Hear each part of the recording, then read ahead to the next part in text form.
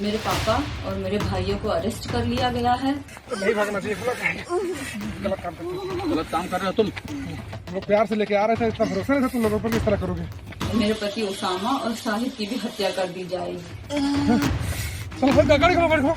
अरे गाड़ी घुमाइए। जितने भी इनकाउंटर हो रही है, इनकाउंटर नहीं है, ये हत्या हो रही है। नमस्कार, आदाब, सत श्री अकाल, जय भीम, जोहार। मेरा नाम है नवीन कुमार। अब तक आपके पास यह खबर पहुंच चुकी होगी कि एक एनकाउंटर हुआ है।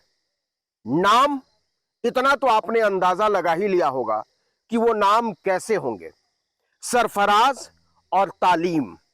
बहराइच हिंसा से जुड़े हुए 2 आरोपियों को गोली मारी गई है और इसके बाद यह सवाल उठने लगा है कि एनकाउंटर सही था या गलत था, क्योंकि इस एनकाउंटर में और पहले के सारे एनकाउंटर्स में एक अंतर है और वो बड़ा अंतर यह है, और वहीं से सवाल निकलता है। अंतर यह है कि आरोपियों के पैर में गोली लगी है।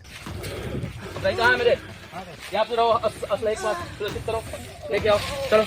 दोनों को बहराइच के नानपरा अस्पताल में भर्ती कराया गया है और डॉक्टर ने यह कहा है कि दोनों खतरे से बाहर है। अब कांग्रेस ने इल्जाम लगा दिया है कि यह मुकम्मल तौर पर फर्जी एनकाउंटर है, फर्जी मुठभेड़ है। अब यहां से कई सवाल निकलते हैं। पहला सवाल तो यह निकलता है कि क्या सरफराज और तालीम, उनके साथ कुछ और होने वाला था और वो बच गए हैं?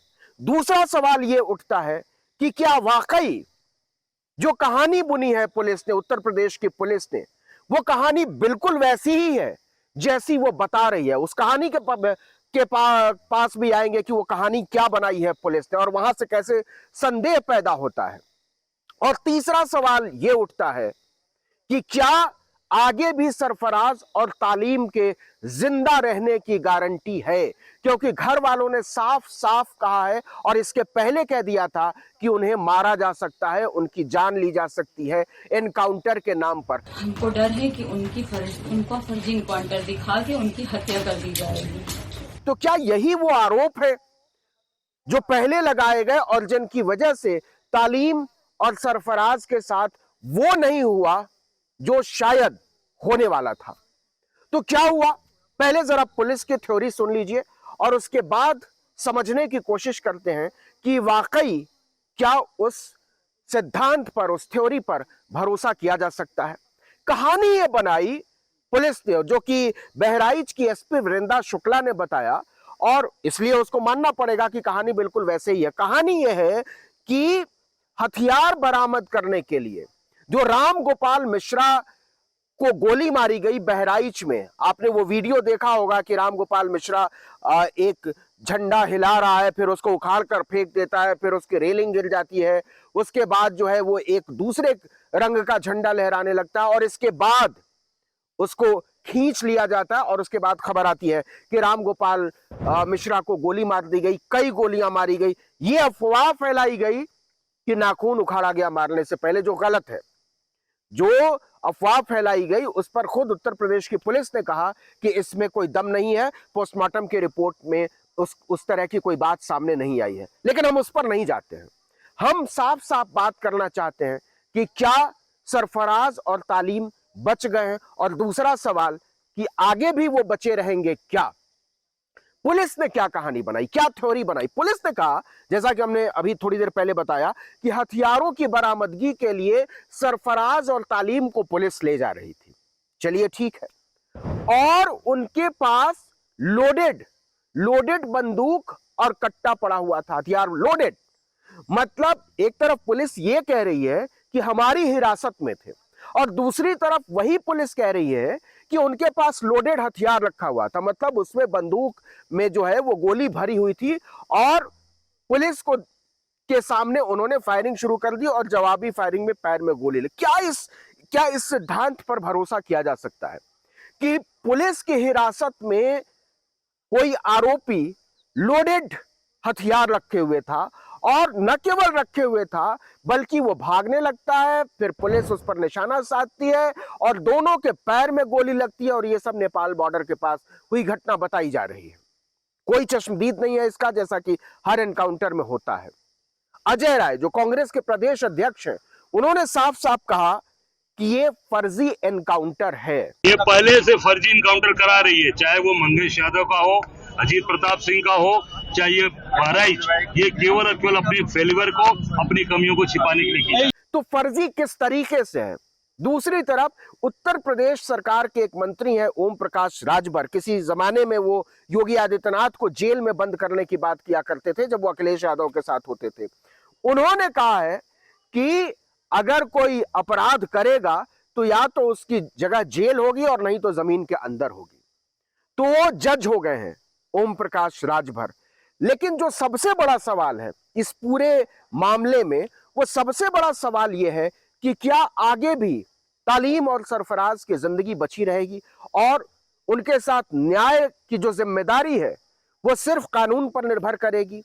क्या आगे जो आज गोली और ये जो तस्वीर है पैरों में गोली लगे होने की, ये भी जो है जारी की गई है प्रशासन की तरफ से।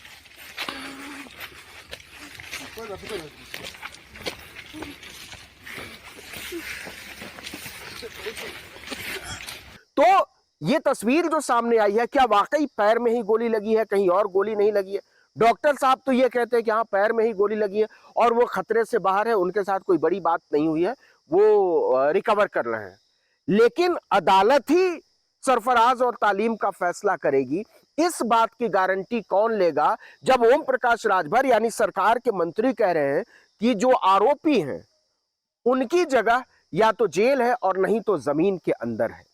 तो ये सारे सवाल जो उठ रहे हैं सरफराज और तालीम को लेकर, वो इसलिए उठ रहे हैं कि पिछले कुछ वर्षों में उत्तर प्रदेश में जिस तरीके का माहौल बना है, जिस तरीके से एनकाउंटर को खुद मुख्यमंत्री से लेकर और उप मुख्यमंत्रियों ने और तमाम नेताओं ने जस्टिफाई किया, उसको सही ठहराया है।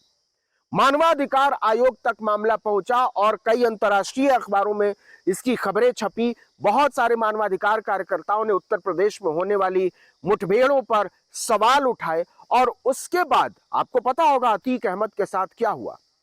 पुलिस की सुरक्षा में गोली मार दी गई और ऐसा लगा जैसे कुछ हुआ ही नहीं हो, ये एक बहुत मामूली घटना है और अतीक अहमद को गोली मार दिया जाना। हमको डर है कि उनकी हत्या कर दी जाएगी, इस वजह से उनकी सुरक्षा की अपील कर रही हूँ। तो ये जो सवाल है, ये सवाल इसलिए उठते हैं सरफराज और तालीम को लेकर कि जो पुलिस की कार्रवाइयां हैं वो बहुत संदिग्ध नजर आती हैं।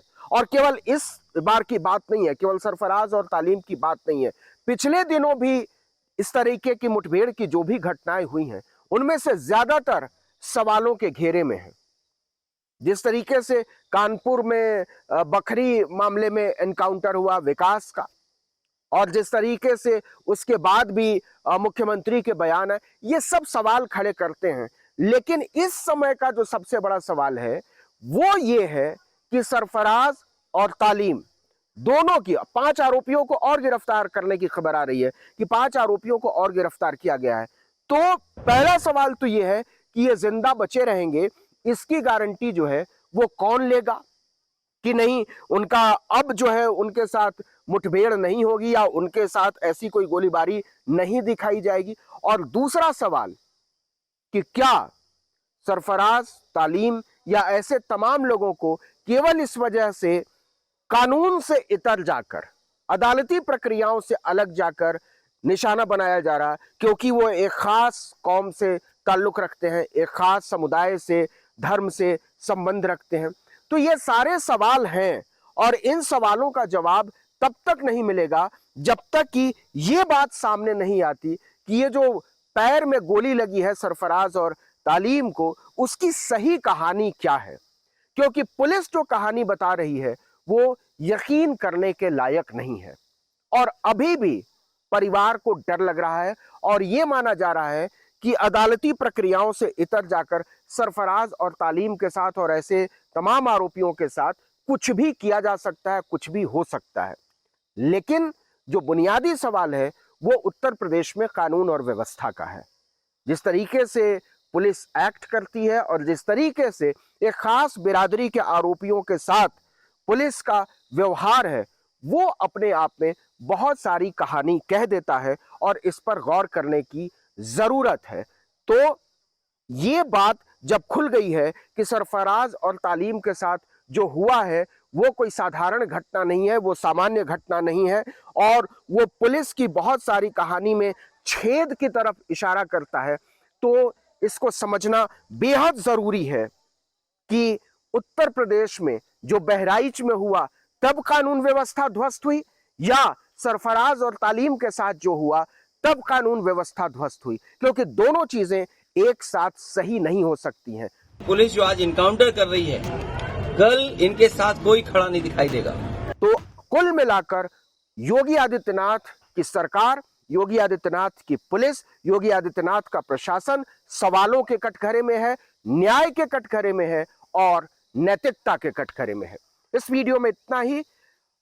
लेकिन अगर अभी तक आपने आर्टिकल 19 इंडिया को सब्सक्राइब नहीं किया है तो कर दीजिए, बेल आइकॉन दबाइए, घंटी जैसी आकृति, लाइक कीजिए और कमेंट करके बताइए हमारा वीडियो आपको कैसा लगा। हमारा ट्विटर हैंडल है आर्टिकल 19_इंडिया और मेरा ट्विटर हैंडल है नवीन जर्नलिस्ट। नमस्कार।